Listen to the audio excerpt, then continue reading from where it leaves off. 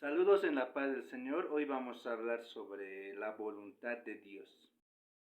Estas últimas semanas he tenido varias conversaciones con mi madre, ¿no? Como nunca antes en mi vida, ¿no? Hemos hablado más seguido de lo que solía hacerlo antes.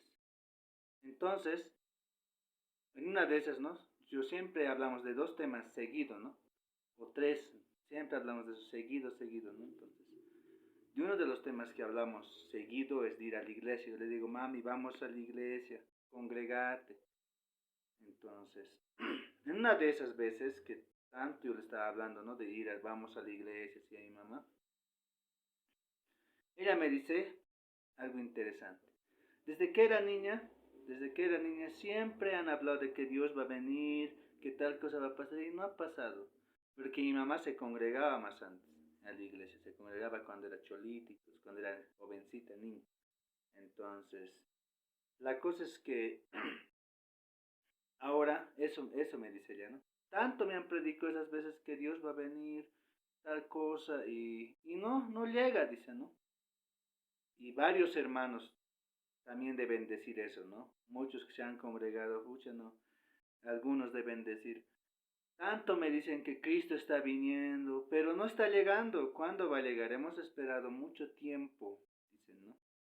Inclusive ha habido iglesias que han dado fechas, desde el siglo pasado, por si acaso, no es nuevo ahora eso tampoco. Han dado fechas, Cristo va a venir tal fecha y todo eso, ¿no? Y obviamente algunos dicen, no, ¿cómo vas a poner fechas? Y hay una pelea de ese tipo. Entonces, inclusive ha habido uno que han entrado en un gran fraude, ¿no? Una iglesia. Yo no voy a dar nombres de iglesias ni de congregaciones por respeto. Hacer la palabra de Dios, hacer la obra es bien difícil. Yo no puedo estar criticando, digamos, ¿no?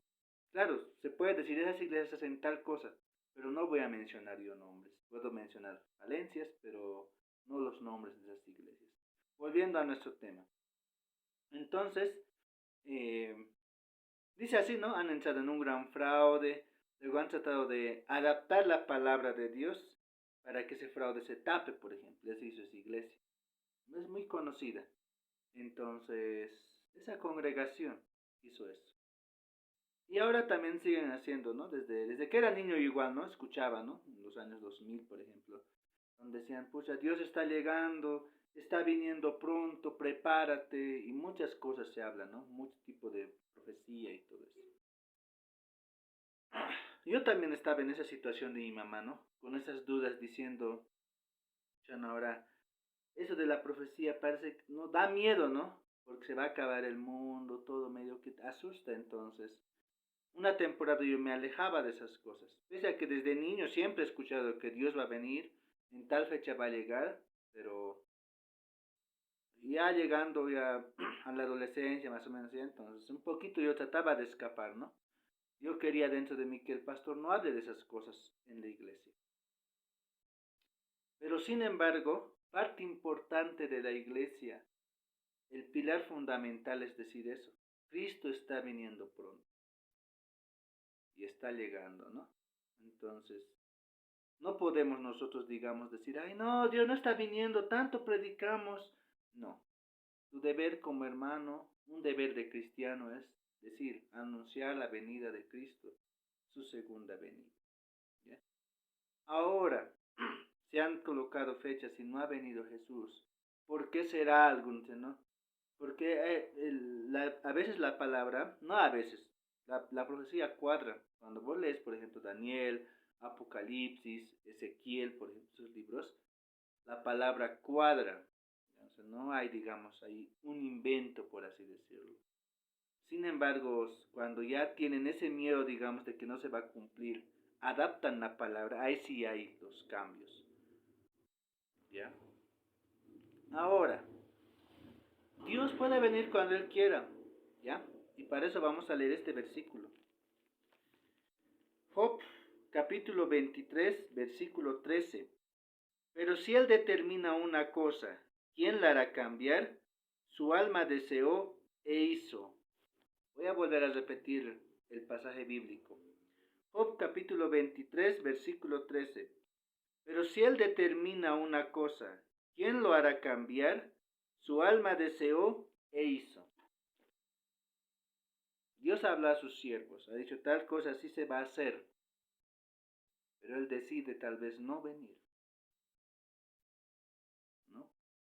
Entonces no podemos estar ahí, como les dije anteriores veces, estamos por debajo de Dios. Cuando vos eres cristiano y has aceptado a Cristo en tu corazón, entonces vos no puedes estar ahí diciendo, tratando de tener la razón en las cosas, ¿ya?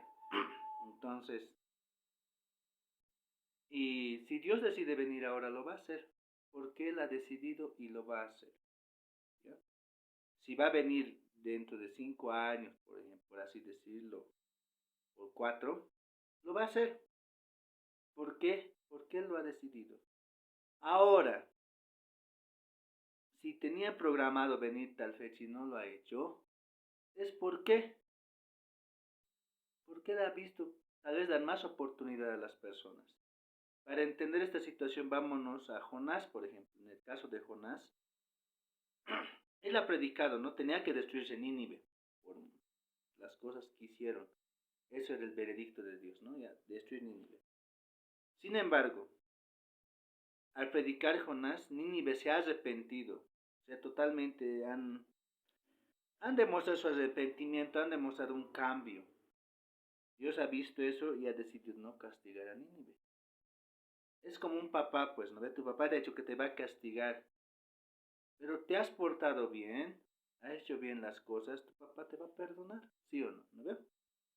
Es lo mismo en el caso de Dios, es de la misma manera. Entonces yo me he puesto a pensar, ¿por qué no empezó a venir, digamos, tales fechas o tales años? Es porque hay personas que en serio lo han tomado la palabra de Dios. Al igual que la maldad se ha multiplicado así gravemente, también hay personas que han decidido hacer la palabra de Dios, ¿ya?